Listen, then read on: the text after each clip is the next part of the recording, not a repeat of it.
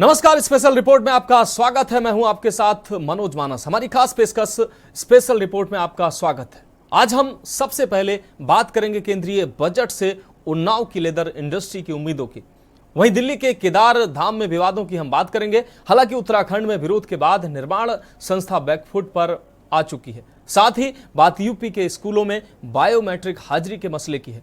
कुछ टीचर इसके पक्ष में हैं तो ज्यादातर इसका विरोध कर रहे हैं।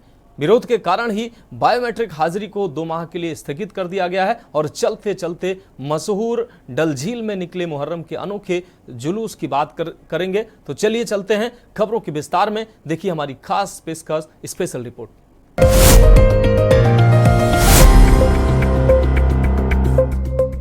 आगामी बजट से उन्नाव के चमड़ा कारोबारियों को बड़ी उम्मीदें हैं।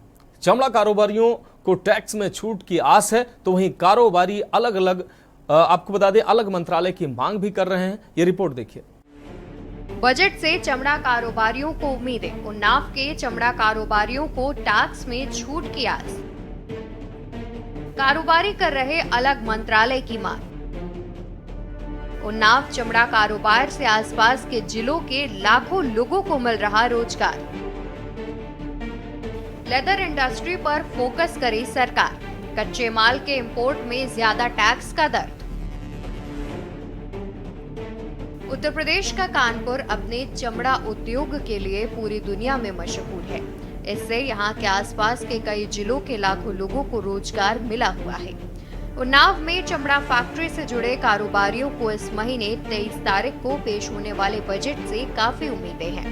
कारोबारी सरकार से उद्योग को बढ़ावा देने के लिए अलग से मंत्रालय बनाने की मांग कर रही है।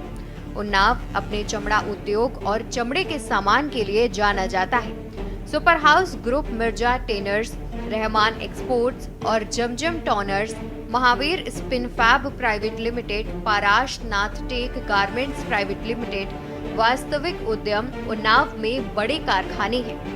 उन्नाव और कानपुर का चमड़ा उद्योग पिछले कुछ समय से नई समस्या से जूझ रहा है। बाजार में रॉ हाइट की जबरदस्त कमी के बीच टैनरियां क्षमता से 1/4 तक ही चल पा रही हैं। फोकस करे इस पे, थोड़ा सा सरकार ध्यान दे कि हमारी कानपुर, क्योंकि कानपुर हमारा लेदर की वजह से ही जाना जाता है, उन्नाव हमारा लेदर की वजह से जाना जाता है, तो इस पर फोकस करेगी, ये आगे बढ़ेगा, हमारा कानपुर आगे बढ़ेगा, कानपुर आगे बढ़ेगा तो हमारा उत्तर प्रदेश आगे बढ़ेगा।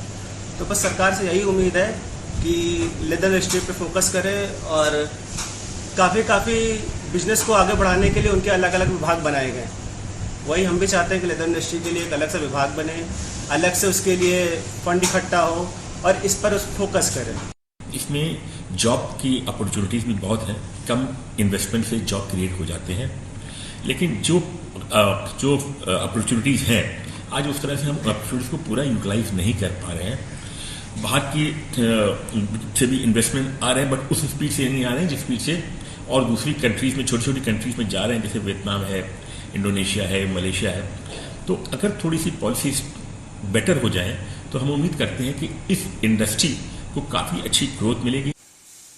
देसी बाजार में उपलब्ध हाइट के दाम दोगुने हो गए हैं। मजबूरी में कारोबारियों को दक्षिण पूर्वी एशिया के देशों के अलावा यूरोपीय देशों से प्रोस्टेट चमड़ा मंगाना पड़ रहा है। इससे इंपोर्ट बिल भी बढ़ रहा है। जानकारों का कहना है कि ज्यादा मुनाफे की आड़ में रॉ हाइट के कम बिल बनाकर इसे विदेशों को भेजा जा रहा है। बाद में इसे ही खरीद कर कारोबारी अपना काम चला रहे हैं। देखिए, पहला ये है कि टैक्सेशन जो कि इंडस्ट्रीज के लिए काफ़ी ज़्यादा दिक्कतों भरा हो जाता है। कभी कभी नए नियम आ जाते हैं या फिर GSTR वगैरह दाखिल करने में दिक्कतें आ जाती हैं। तो इसमें लगातार सुधार हो भी रहे हैं। थोड़ा सा और अगर सुधार होगा तो निश्चित रूप से इंडस्ट्रीज को काफ़ी बेनिफिट्स मिलेंगे। लेदर में बस यही इंकरेजमेंट की जो है ज़रूरत है, थोड़ा सा सब्सिडी रिबेट्स वगैरह की ज़रूरत है, थोड़ा सा जो रॉ मटेरियल में हम लोगों को जो इंपोर्ट करते हैं उसमें थोड़ा टैक्सेशन की सुधार की आवश्यकता है।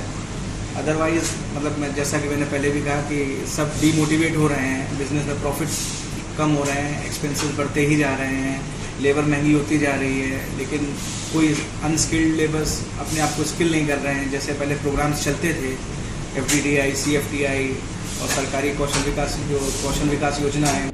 चमड़ा कारोबारियों के संगठन काउंसिल फॉर लेदर एक्सपोर्ट की मांग है कि देश से कच्ची खालों का निर्यात तुरंत पूरी तरह रोका जाए। वहीं चमड़ा कारोबारियों का कहना है कि कच्चे माल के इंपोर्ट में ज्यादा टैक्स होने से उन्हें कम बेनिफिट मिल रहा है। उन्नाव जिले के चमड़ा कारोबारियों को उम्मीद है कि वित्त मंत्री निर्मला सीतारमण अपने 7वें बजट में उनकी मांगों पर भी ध्यान देंगी। स्पेशल डेस्क के न्यूज इंडिया। स्पेशल रिपोर्ट में हम बात करेंगे अगली रिपोर्ट की। दिल्ली का केदार धाम बनने से पहले ही विवादों में आ गया है। उत्तराखंड में विरोध के बाद निर्माण संस्था बैकफुट पर है, लिहाजा धाम का नाम बदलने का फैसला कर लिया गया है। विरोध की जड़ क्या है और आखिर धाम का नाम क्यों बदला जा रहा है, इस रिपोर्ट के माध्यम से समझिए। दिल्ली का केदारनाथ धाम बदलेगा नाम। उत्तराखंड में विरोध, निर्माण संस्था बैकफुट पर। विरोध की जड़ खत्म करने का फैसला। जल्द ही मंदिर का दिया जाएगा नया नाम।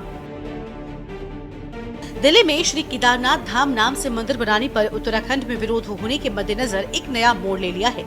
मंदिर बनाने वाली संस्था ने विवाद से बचने और शांति बनाए रखने के लिए मंदिर का नाम बदलने का निर्णय लिया है। संस्था की ओर से जल्द ही मंदिर का नया नाम दिया जाएगा। दरअसल 10 जुलाई को मंदिर के शिलान्यास समारोह में उत्तराखंड के मुख्यमंत्री पुष्कर सिंह धामी आए थे।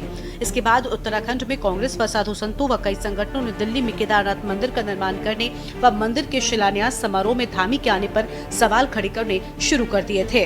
केदारनाथ धाम मंदिर की रेप्लिका दिल्ली में बनाने के मुद्दे पर संतों, पुजारियों और विपक्षी दलों के नेताओं के विरोध के बाद ट्रस्ट ने फैसला वापस लिया है। वहीं अयोध्या के कुछ साधु संत भी केदारनाथ धाम मंदिर के फैसले से खुश नहीं है। मेरा कहना है कि जिस तरह से अयोध्या राम जन्मभूमि अयोध्या में ही हो सकती है, न कि अन्यत्र हो सकती है, मथुरा में कृष्ण जन्मभूमि हो सकती है, उसी तरह से जो 12 ज्योतिर्लिंगों का जहाँ जो पूर्व नियोजित स्थान है मुख्य रूप से केदारनाथ में, तो उसी तरह से ही वहाँ पे ही स्थापित रहने दिया जाए। उनके नाम पर में ये कहीं अन्यत्र ऐसे निर्माण ना किए जाएं। निर्माण करें लेकिन नाम का परिवर्तन करना चाहिए, नाम को परिवर्तन करके और उसका निर्माण करें, इसलिए कोई आपत्ति नहीं। बता दें कि इस पूरे मामले पर उत्तराखंड के पूर्व मुख्यमंत्री हरीश रावत मौजूदा सरकार पर सवाल खड़े कर रहे हैं। वो कहते हैं कि भाजपा आस्था के सवालों के साथ खिलवाड़ करती है। इनके समय में ही जो मंदिर पर सोना पीतल में बदल जाता है, इनके समय में ही यात्रा प्रबंधन इतना त्रुटिपूर्ण लगता है कि इन्होंने ये 4 धाम के महत्व को समझा ही नहीं और उसके अनुरूप प्रबंधन करने में भी फेल रहे हैं और उसके महत्व को ठीक तरीके से समझने में भी विफल रहे हैं। भाजपा आस्था के सवालों के साथ खिलवाड़ करती रही है। इनके समय में ही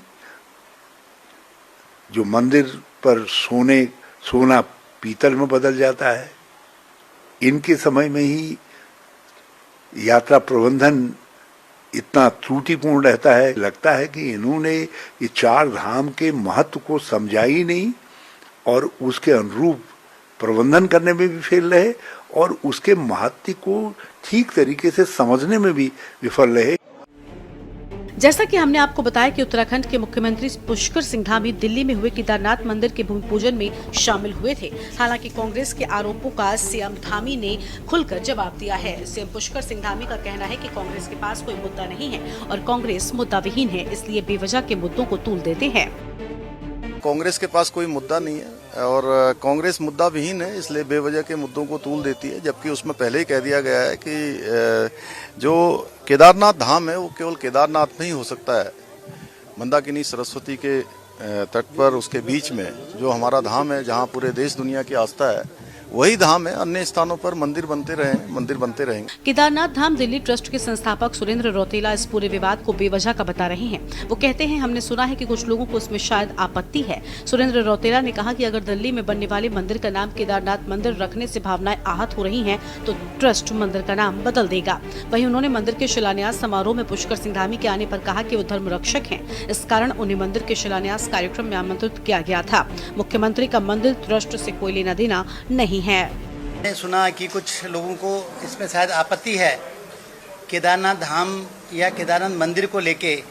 मैं पहले स्पष्ट करना चाहता हूं कि दिल्ली के अंदर कोई केदारनाथ धाम नहीं बन रहा है, सिर्फ केदारनाथ मंदिर बन रहा है। मैं खुद उत्तराखंड से बिलोंग करता हूं। अपनी संस्कृति की और अपनी धार्मिक भावनाओं को और अपने धर्म को आगे बढ़ाने के लिए, हिंदू और सनातन धर्म को आगे बढ़ाने के लिए हमने दिल्ली के अंदर केदारनाथ मंदिर की स्थापना करने का विचार बनाया और वही हमने उसको आगे लेके चले। ये सभी जानते हैं कि उत्तराखंड के गढ़वाल इलाके में केदारनाथ 4 धामों में से एक है, जिसके दर्शन के लिए लाखों श्रद्धालु हर साल उत्तराखंड पहुंचते हैं। केदारनाथ धाम की महिमा निराली है। स्पेशल डेस्क के न्यूज इंडिया।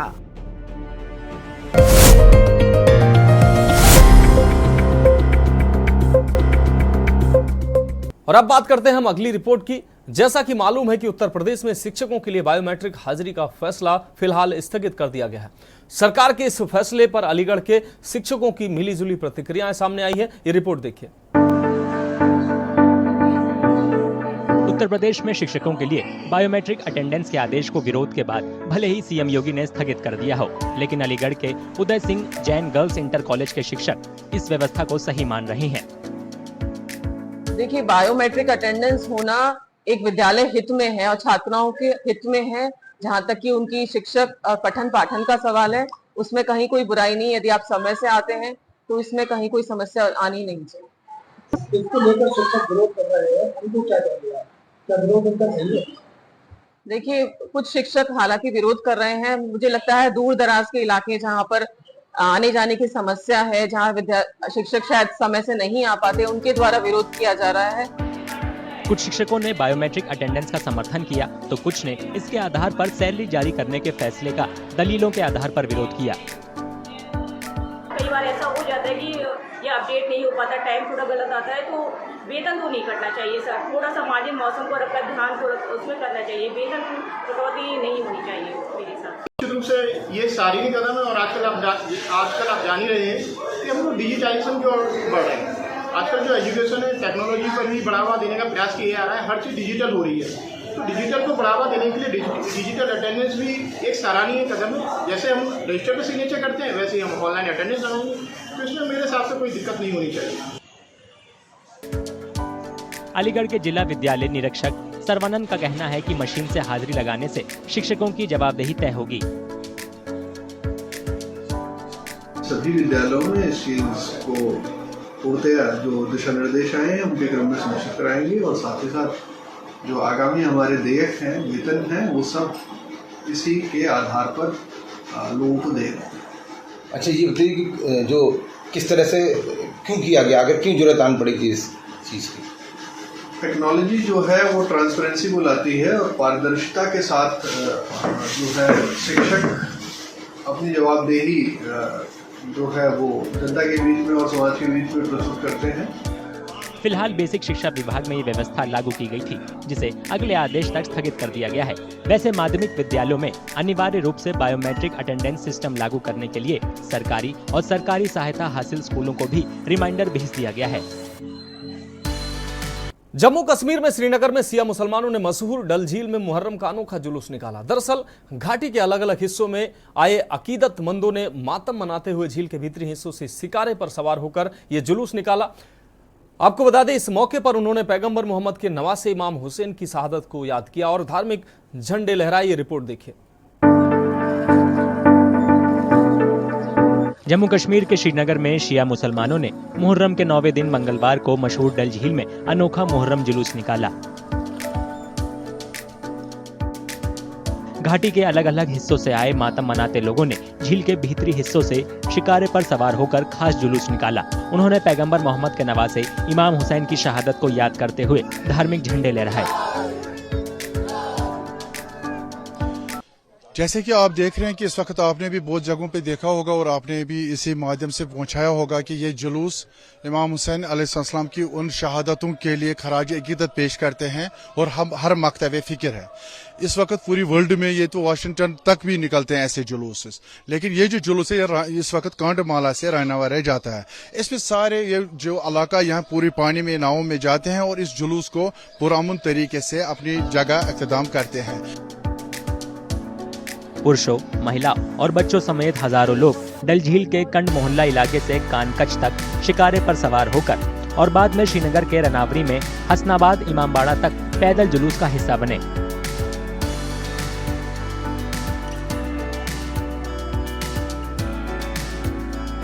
ये बहुत साल पहले निकलते थे, यहाँ से कांडमाला से निकलते थे, कैनी से जाते ये हसनाबाद। ये बहुत साल पहले मीडिया नहीं थे, इसलिए किसी को पता नहीं था। जब से मीडिया आया था तब तो ये पूरा वायरल हो गया था। तो अब बहुत लोग आते हैं इधर। तो ये बताइए कि क्या अहमियत है इन जुलूसों की जो मुहर्रम में निकाले जाते हैं?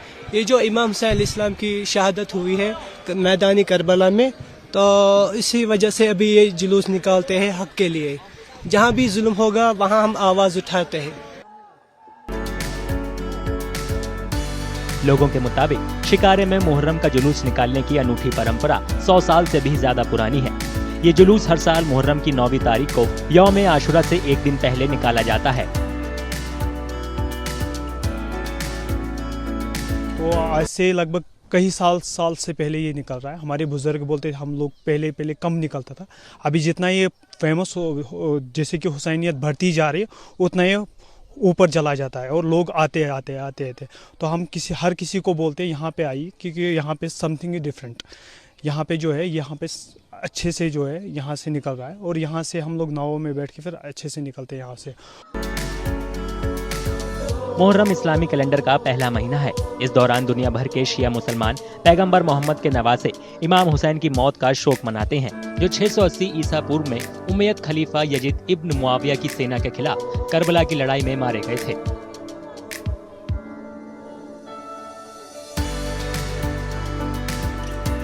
तो स्पेशल रिपोर्ट में आज के लिए मेरे साथ इतना ही। मुझे दीजिए इजाजत और आप देखते रहिए के न्यूज इंडिया।